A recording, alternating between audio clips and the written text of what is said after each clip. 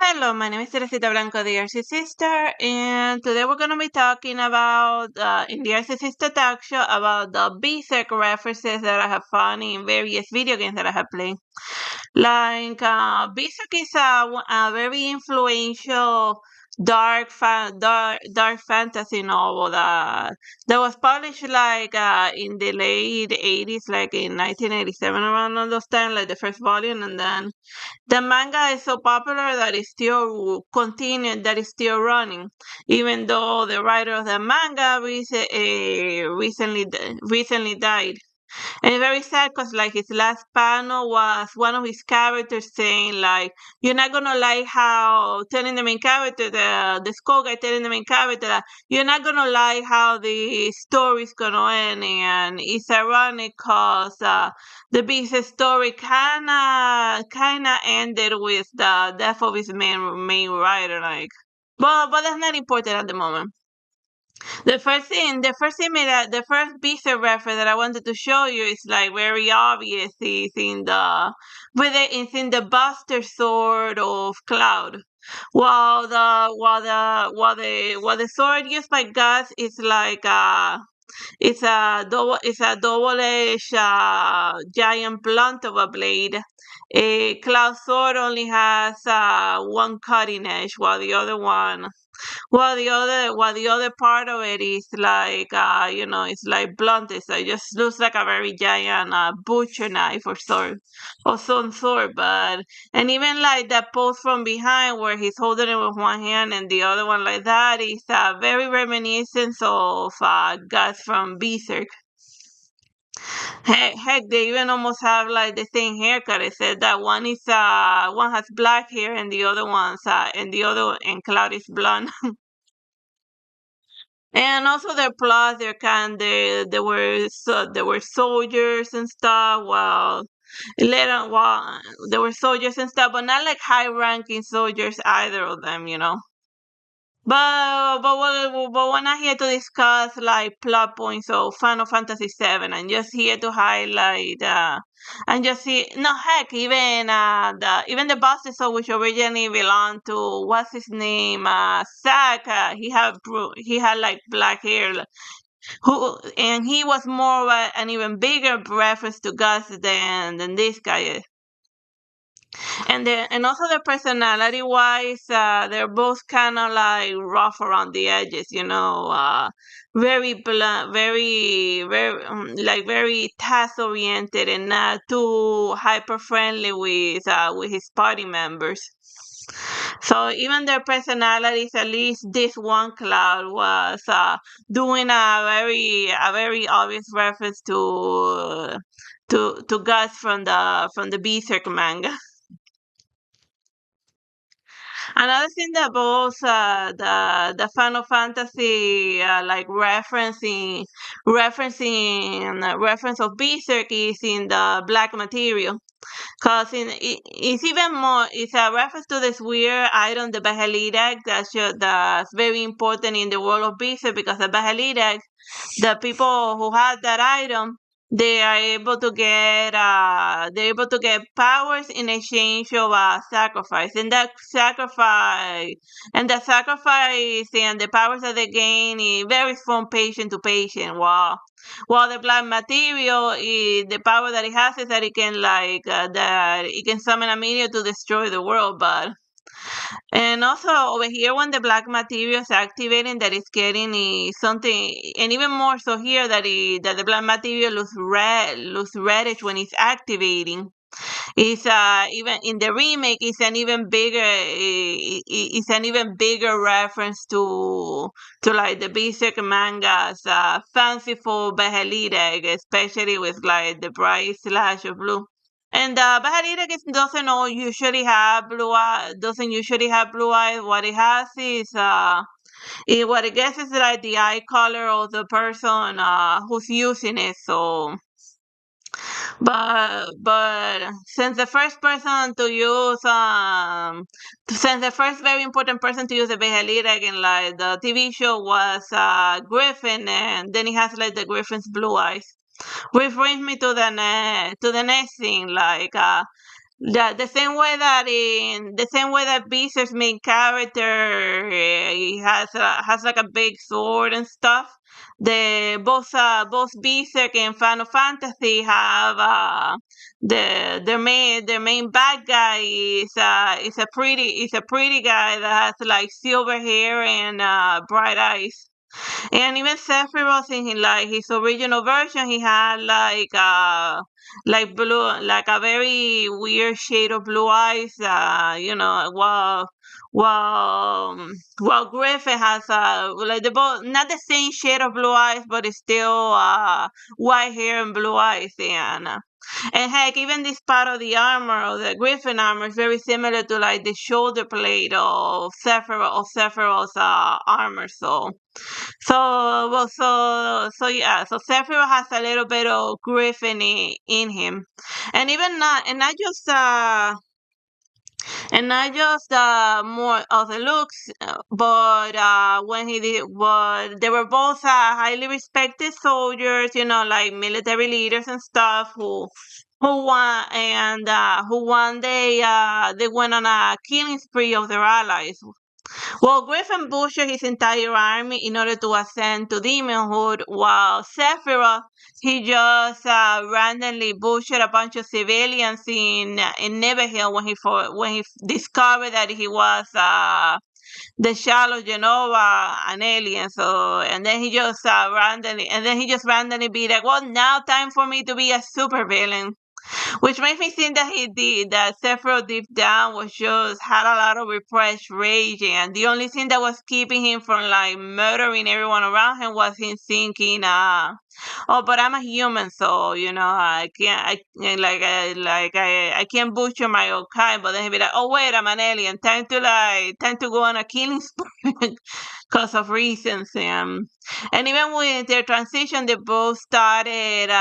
Sephiroth started hearing the voice of Genova telling him to go murder, while Griffin started hearing the voice of the Apostle telling him to sacrifice all of his friends in order to ascend or descend, depending on how you look at it, to demonhood, because he'd be like, I sacrificed so much to like achieve my goals, and I'm already standing on a pile of my own allies, so why not?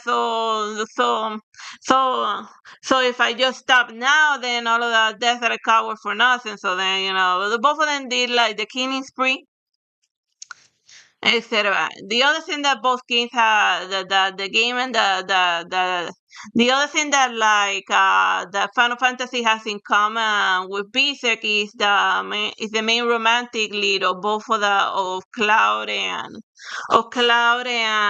Guts. That they both like a strong strong woman. And like I know that the game originally placed it out that the love of Cloud's life is Iris, but the reason why he was obsessed with Iris was because he was pretending to be Zack. But the moment that Cloud stopped channeling Zack's ghost, then he returned to his original romantic interest, which was Tifa, and she was the reason why he joined the army, because he wanted to impress a woman.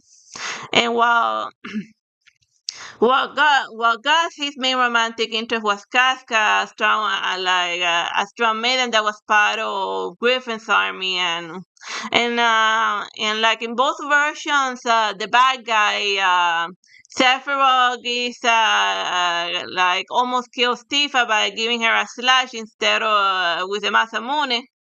Wow, Casca, what Griffin does to Casca is rip her a new one in the most literal sense. Just like I can show you a reference panel of what Griffin does to Casca, because this is YouTube, and it's gonna like get demonetized. Something very that he does to her.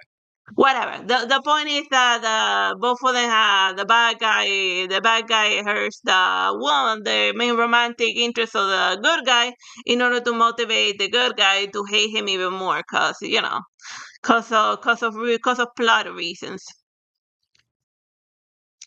Oh yeah, and then of course is the killing spree that they both going. Like here's the eclipse where Griffin unleashes an army of demons to sacrifice his entire army to Athena, and Sephiroth just burns the entire Nibelheim to the ground. And that's our like there's probably more references to Berserk in the original Final Fantasy VII, but these are just the five that I was able to like look up on so short notice. The next game that has a lot of Berserk references is the first Dragon Dogma. And the main one is that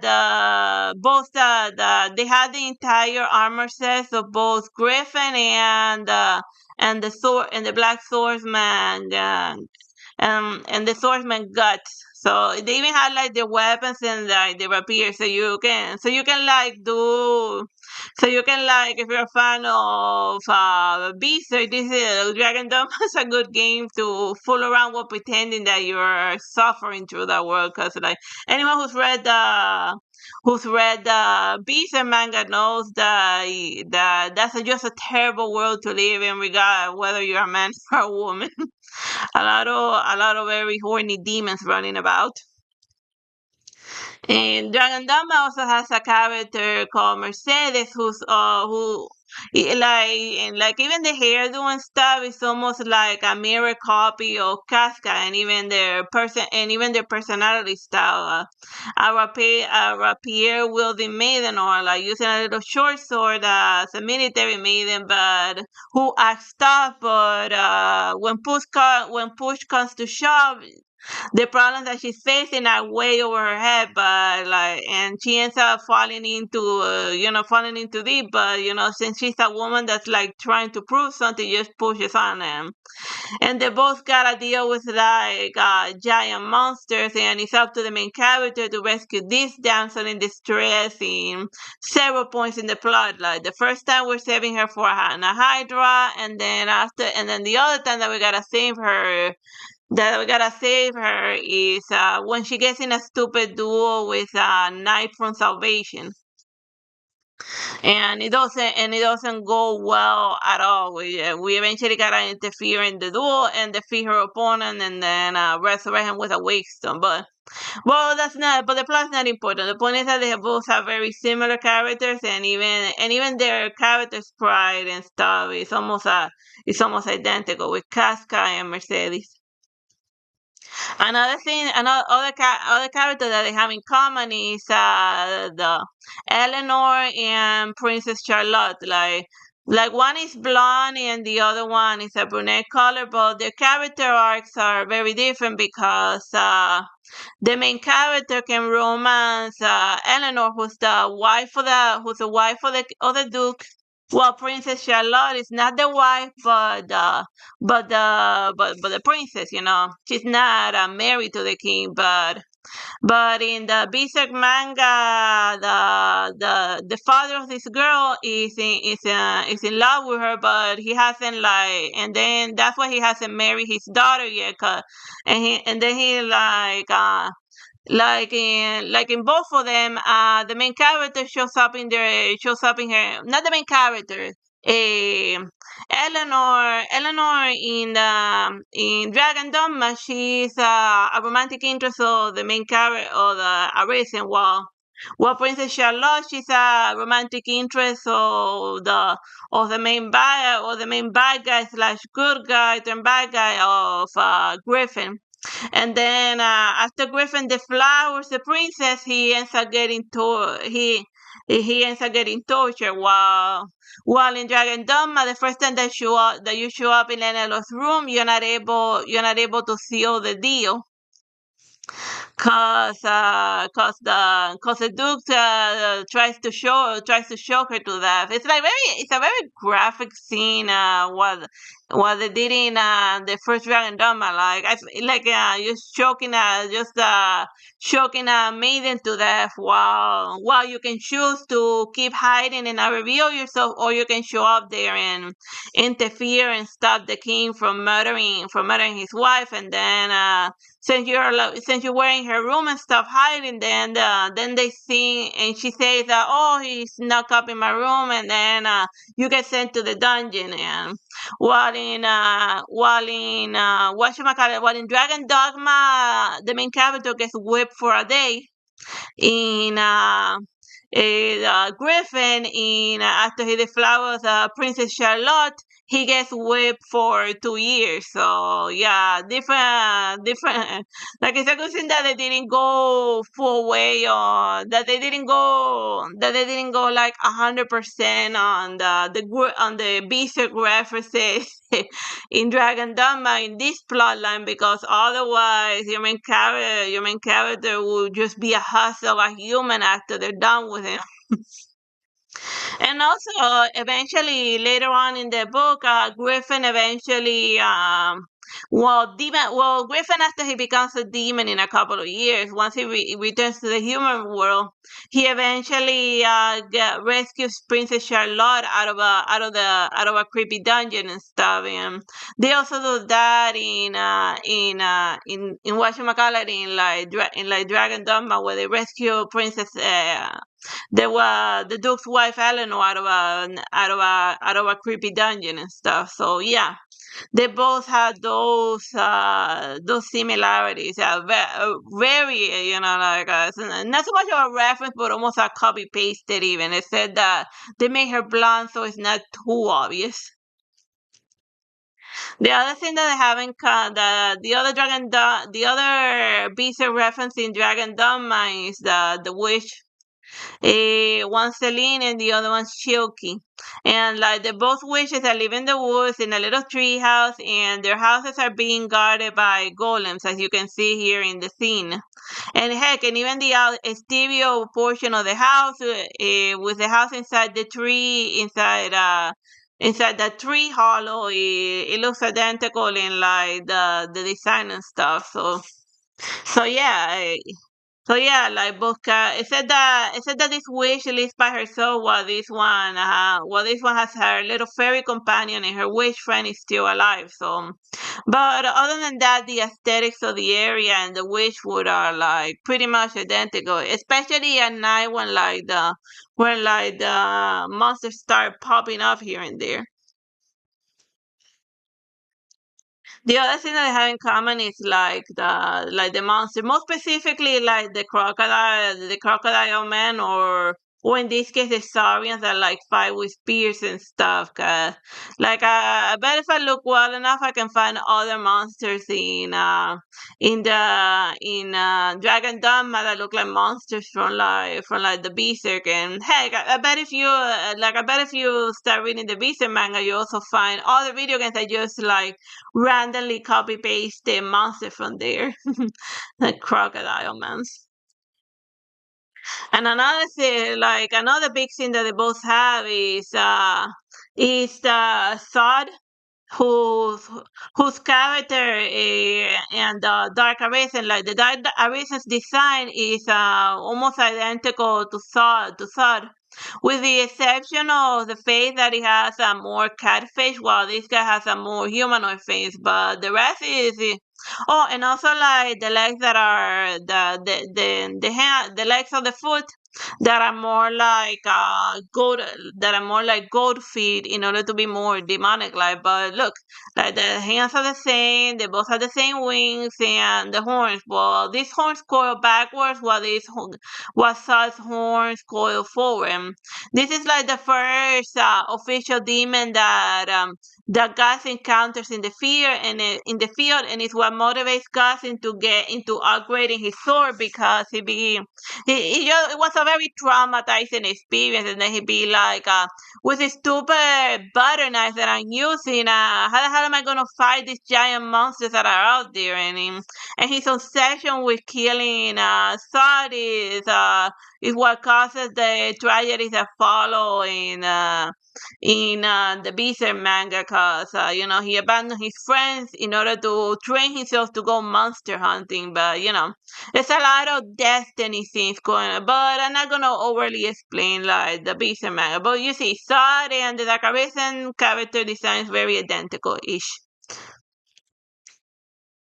And the other thing is the wave stone. Like the wave stones design, especially over there where it's all beating red, is very similar to the Bajalideg, and just the same as the Bajalideg grants a person an audience with the God Hand, or the main ruling body of demons that influence all of the weird stuff going on in the world. Once you get a bunch of wake stones, you can have an audience with a seneschal, and then you can ascend. So the waystones in Dragon Dogma, they serve a very similar purpose to the Bahalidex from like the Berserk manga.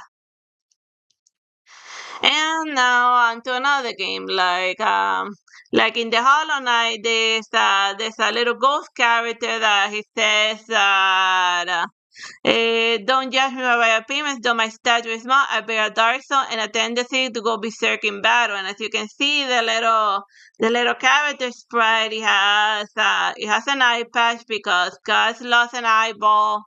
He lost an eye in whatchamacallit, in the eclipse where he was fighting for his life through a bunch of demons, and he has like a very big sword. Eh, so then that's the Berserk reference in the Hollow Knight. Let me see.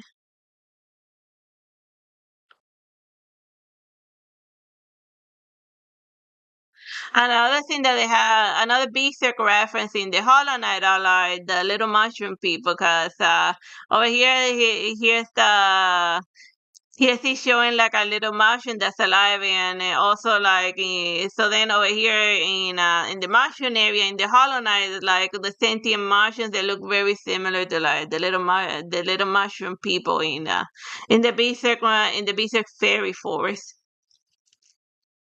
And now we switch to the Legend of Zelda. Like, believe it or not, like the happy-go-lucky Legend of Zelda game has a couple of Berserk references here and there, with the most important one being Link's Navi. Like since Volume One in Berserk, Volume One of Berserk that predates the Legend of Zelda, the main character Guts, he saves a fairy from a bar, which becomes his companion, and then the fairy Puck is always like following Guts everywhere because he has a life debt in. Puck serves as the audience surrogate. That's always like reacting to everything that Gus does or says all the time. So it's a very chatty, kind of annoying fairy, and there's a lot of Puck in the personality of Navi that is just always commenting, "Oh, you open a chest. Oh, you did this. Oh, you did that." You know, so then that's your Berserk referencing the Legend of Zelda of all, of all types of game. Very hilarious. And here's another one in a later Legend of Zelda game. I think it's the Breath of the Wild. That the description of this weapon here, it may be more accurate to call it a lump of metal than a weapon. And then the item description of Gus's sword is a massive, thick, heavy, and far too rough. Indeed, it was like a heap of raw iron. But you see, like a lump of metal, a heap of raw iron. So the weapons have their two-handed weapons have similar item descriptions. And then another character, and then the character Sepico that shows up later in the volume. He had like his usual standard color is green, and he's a blunt fellow, and like his green tunic and his ability to use wind in battle is very similar to one of the many versions of Link.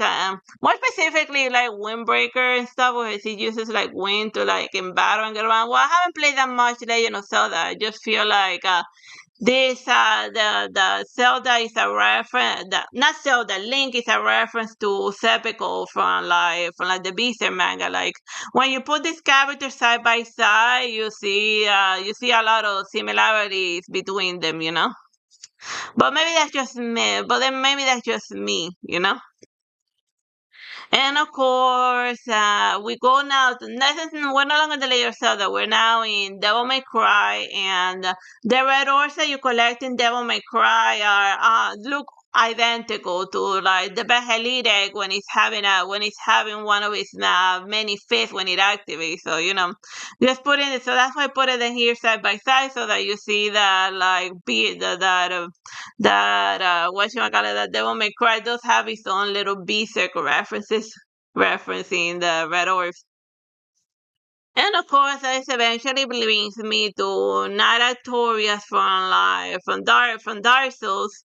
And the From Software games are in love with the Berserk manga, and their Berserk reference all the way up to Elden Ring. And in a different blog, I'm gonna like tell you more about all of the From Software Berserk reference. But for now, let's just leave it at that.